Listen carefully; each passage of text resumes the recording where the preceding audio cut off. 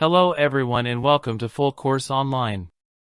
In this video we are going to import video and audio media in Clipchamp video editor and then arrange it for further editing, so let's get started. On the home screen of Clipchamp, click on the big button, Create a new video. It should open the Clipchamp main video editing area. The interface has already been explained in previous videos. You may click the I button to view those videos.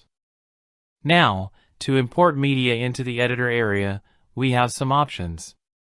Click on the Import Media button and click on the arrow beside it to see all the options. The first option is Browse Files. This one is used when the video or audio file is stored locally somewhere on the computer drive. The second option is used when you want to use some data from Content Library.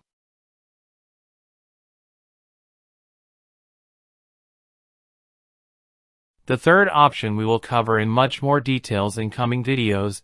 This option is used to create audio from the text file. It transcribes it with multiple voices available. You can import media file to the Clipchamp from cloud service like OneDrive, Google Drive, Dropbox, and Spox. There is a complete playlist on how to use OneDrive. Also, there are 3 complete videos available on the topic of Dropbox. You may watch it from the links given in the description. Okay, so you can connect to each account and import media from these cloud storages. Let us first import a video file which is located on the desktop of this computer. Click on Import Media button on the top left side. Locate the file and click on Open. If the file size is larger, it might take some time.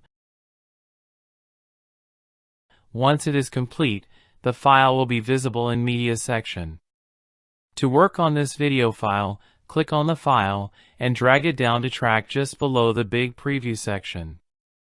The file length is shown, which in this case is 2 minutes and 39 seconds.